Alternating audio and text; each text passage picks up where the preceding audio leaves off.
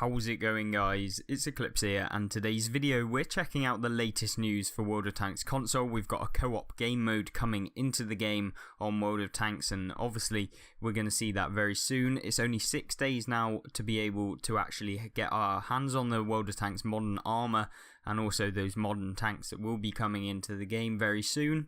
And we're going to go through every single thing that you need to know about this co-op game mode and also the standard game mode, what is going to be in game, and also have a look at what the potential implications for those are later on in the video. Now, one of the best things about this new game mode and co-op game mode is that they're featuring a 15 versus 15 PvP gameplay, as well as being able to have a 15 versus 15, where one side is composed of 15 human players against 15 AI opponents. This will mean that newer players will be able to get a bit of experience playing against bots on the enemy team, whereas the experienced players may want to play PvP entirely. It will allow a learning experience for some players to be able to have a go at, and obviously that's never a bad thing. I think that the game has been lacking some form of kind of place where players can go and have a game and be able to have some decent kind of gameplay without having to cost their sanity, having to play against players that have played maybe 30 or 40 or 50,000 battles and they've barely even played 1,000 themselves. I think it's really good for them to enable this AI, but it does pose a few problems in terms of matchmaking, and I think that that's the key about this whole update, is the effect on the matchmaker as it currently stands right now in World of Tanks. Usually on the console version at least, you can get into a game fairly quickly. Within the first 10 to 20 seconds you'll pretty much be in a game at least. With all of these new changes to the matchmaker and the splitting of the player base between both the current game mode in terms of the legacy mode or whatever they want to call it, but the current game that it is right now, and obviously this modern armor variant that will also be separating the player base. Then it's splitting the player base into era-based matchmaking, where there's 3 different ones, and then effectively what you're going to also be doing is in this 15 versus 15 mode, you'll also be able to split the player base even more between both the PvP and the AI. So it's going to mean that there's going to be a lot of pressure on the matchmaker, and I'm just hoping that this has generated enough player base onto the game in the first place to kind of combat that draw down on the actual player base at any one time on the game, so that we're not waiting minutes just to get into a single 15 versus 15 battle, because obviously no one wants that. And I'm hoping that the way that they've actually implemented it in game and thought about this in terms of the matchmaker to make it as efficient as possible, because if it isn't already the most efficient it can be, then this really will have some significant impacts in the future. So obviously, as we've talked about, the co-op mode will have a matchmaker similar to that of the current one, except you'll only have to find one team full of 15 human players against only AI. So 15 human players against 15 AI players. You'll never have to actually face another person in that kind of matchmaking. Should you wish to play the PvP or the co-op matchmaker, it kind of depends on which one you're going to go for. If it's the co-op, then you won't have to play against anyone else. They're also looking at co-op for World War II. Now, there currently isn't one, is what they're saying, but what they are trying to do is maybe implement it in the future. So I think that will be a way for them to kind of draw away from the fact that the matchmaker might be getting overworked. So on the current game mode, you'll be ending up with, looking at various different tanks joining up on a team on one side. So there's only 15 tanks that will be drawn into every single battle that they're matchmaking with. I don't think that that's something I'd personally play in terms of myself, but that's because I've played the game enough to be able to come up against other players that have equally played the game like I have, and I think that maybe in the future they'll look to kind of doing some extra stuff, maybe kind of putting in some tutorial systems in those co-op game modes, having a highlight system which says this is the best kind of thing, this is what we're going to be looking at, this is where you should go on a map in your specific tank, and you can maybe like have a virtual assistant which will say, like, you're in a heavy tank, this is a position where typical heavy tanks would go in. Obviously you can be able to turn that off if you wanted to. That should be like maybe a functionality for new players in this co-op game mode only, not the PvP. So how will the AI team actually be composed is basically a system where if you sign up with 15 Abrams tanks, then the enemy team will also sign up with 15 Abrams tanks. If there's 15 T-72Bs, then there's going to be 15 T-72Bs on the enemy side. It will be the exact same. Now, in terms of where the bots will actually go, they won't go in the same matchmaking, or they won't mirror exactly what you do in the game. They'll kind of be adaptive, I guess, or dynamic. So if you try and cap their base, they'll come back to try and defend it. If they're capturing your base, obviously they'll try and take you out as you come towards defending yours. I think that it's going to be really hard for them to actually balance this matchmaking, and it's going to be a real problem if they don't get it right. I think that you don't want those 100% win rates because, you know, it's not really learning anything if the bots are completely just oblivious to what you're doing, and they're just kind of they do the same set protocols every single game. It's not going to be enjoyable, is it? I think that maybe if they had dynamic skill levels of the bots where they're more likely to hit you, or something like that, where it's going to be harder for you to take out certain bots, or if it's a bit more RNG based, because let's be honest, RNG does make the game slightly fun, where you've got those situations where some bots might be better than the other ones, and it's going to be difficult or more difficult in certain scenarios where you've got to play harder, you've got to play smarter and be better overall. What they're saying in terms of the bots' level of play is that when you sign up in the lower tech tree, or like the tech tree tanks below the original in World of Tanks console, when the modern armor drops on April 27th, is that you actually end up playing against bots that aren't as good.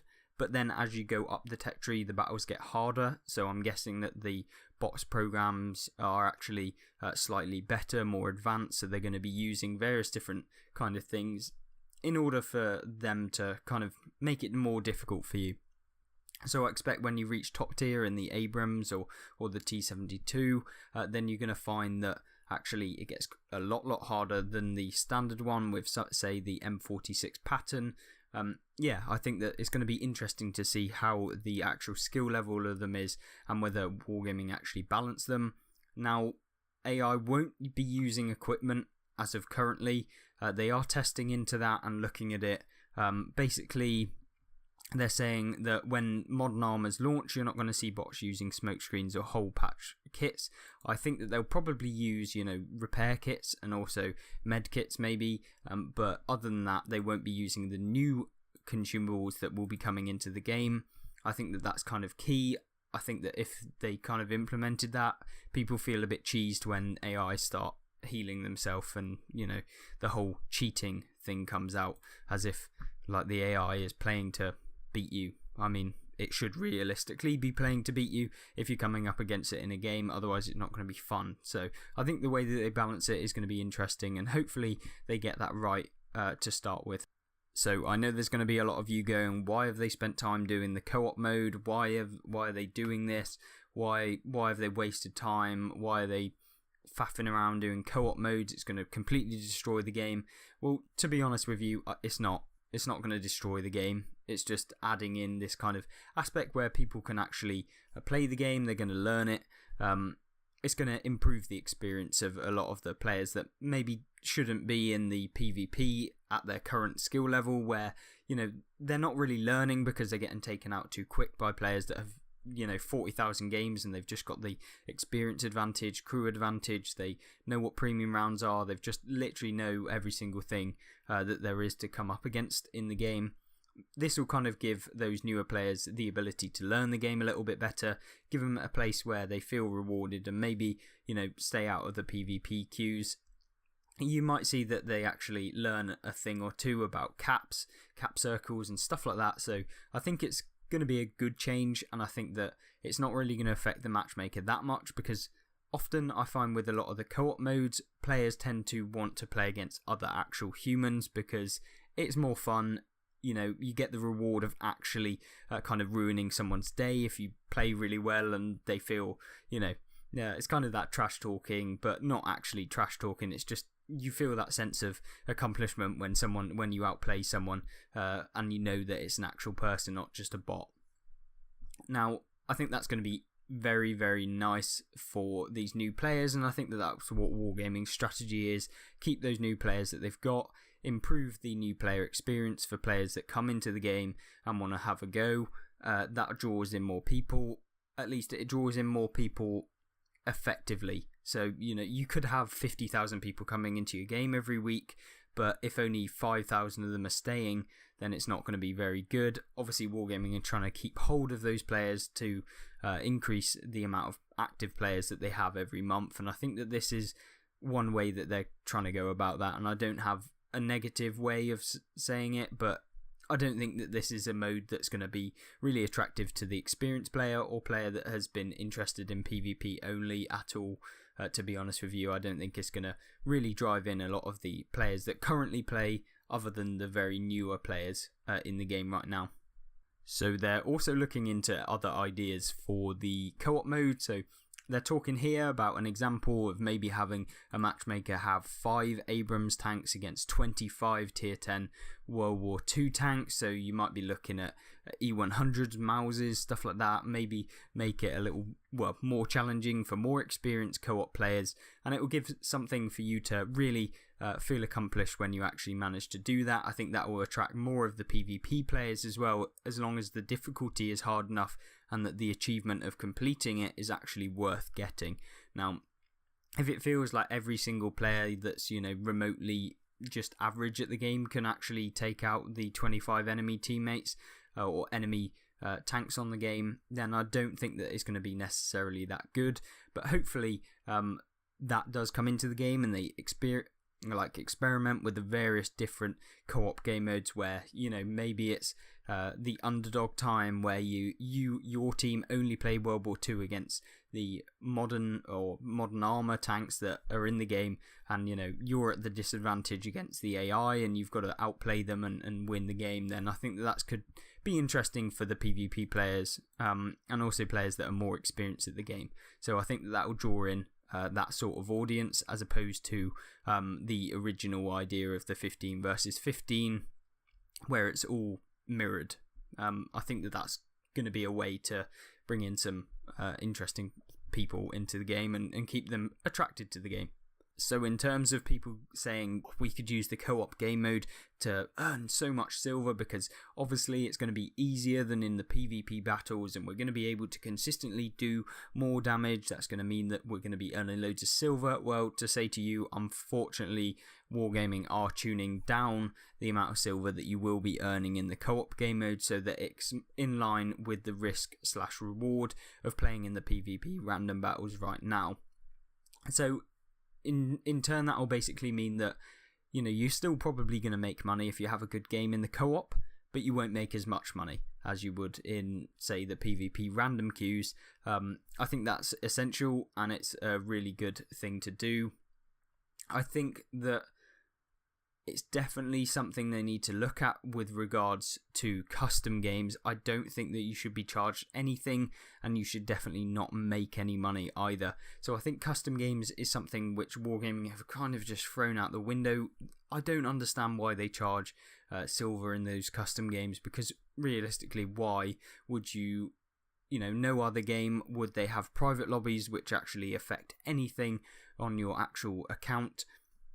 I just don't get why Wargaming haven't adopted the whole doesn't cost you anything to practice or play in your custom games where you're messing about with friends. You shouldn't have to lose 200,000 silver if you're, messing about with premium rounds against Mauses in, your low tier tanks and you're having a bit of a laugh. I don't think that you should ever lose silver or be neglected to actually play custom games.